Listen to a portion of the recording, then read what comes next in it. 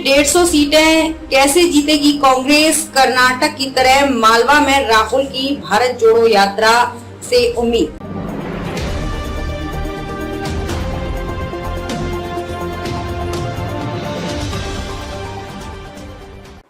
नमस्कार, मैं खुशी और आप देख रहे हैं नेशन न्यूज नेटवर्क।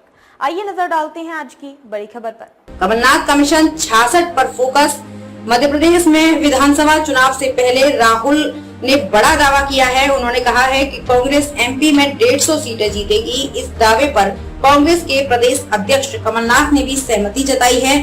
सवाल ये है कि राहुल के दावे का आधार क्या है? 2018 के चुनावों में 230 में से 114 सीटें जीती थी, जबकि बीजेपी ने 109 सीटें लेकर बहुमत से महज 7 अंक पीछे रह गई थी। दैनिक भास्कर ने राजनीतिक विश्लेषकों से बात की और पिछले चुनावों के नतीजों का एनालिसिस कर ये जानने की कोशिश की कि आखिर कैसे कांग्रेस 150 सीटें जीतेगी। दैनिक भास्कर ने इसे लेकर कांग्रेस की चुनावी तैयारी पर काम कर रहे पार्टी के रणनीतिकारों से भी बात की। मालवा में 2 गुना सीटें मिलने की उम्मीद। मालवा की 38 में से 24 सीटों पर फिलहाल भाजपा के विधायक हैं। कांग्रेस के 13 और 1 सीट पर निर्दलीय एमएलए है। हालांकि 2018 के विधानसभा चुनाव के नतीजों में 18 सीटें कांग्रेस को मिली थी, वहीं तब बीजेपी को 19 सीटें मिली। लेकिन कर्नाटक चुनाव में कांग्रेस को राहुल गांधी की भारत जोड़ो यात्रा का फायदा मिला। कांग्रेस को उम्मीद है कि उसी तरह मालवा में भी पार्टी की सीटें बढ़ेंगी। बता दें कि राहुल की यात्रा कर्नाटक के जिन 7 जिलों से होकर गुजरी, उनमें 48 विधानसभा सीटें आती हैं। इसमें कांग्रेस ने 32 सीटें जीती हैं, जबकि 2018 में उसे 15 सीटें मिली थी।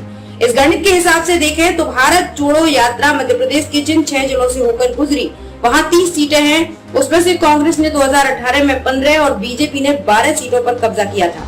तीनों सीट पर निर्दलीय जीते थे। इसमें से 2 जिले बुरहानपुर व खरगोन ऐसे हैं जिनमें बीजेपी का खाता ही नहीं खुला था। हालांकि बाद में कांग्रेस के 3 विधायक बीजेपी में शामिल हो गए थे।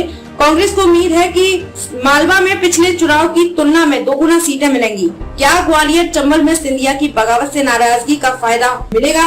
कांग्रेस को उम्मीद है कि केंद्रीय मंत्री ज्योतिरादित्य सिंधिया व उनके समर्थक विधायकों की बगावत का अब फायदा मिलेगा।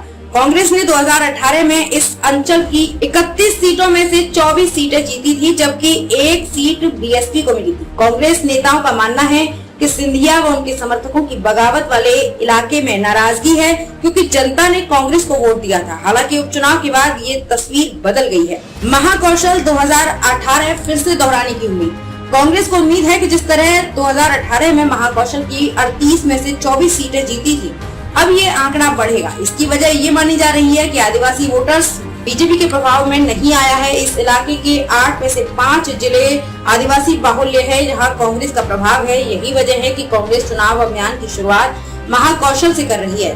जबलपुर में आगामी 12 जून को प्रियंका गांधी की सभा व रोड शो आयोजित किया गया है।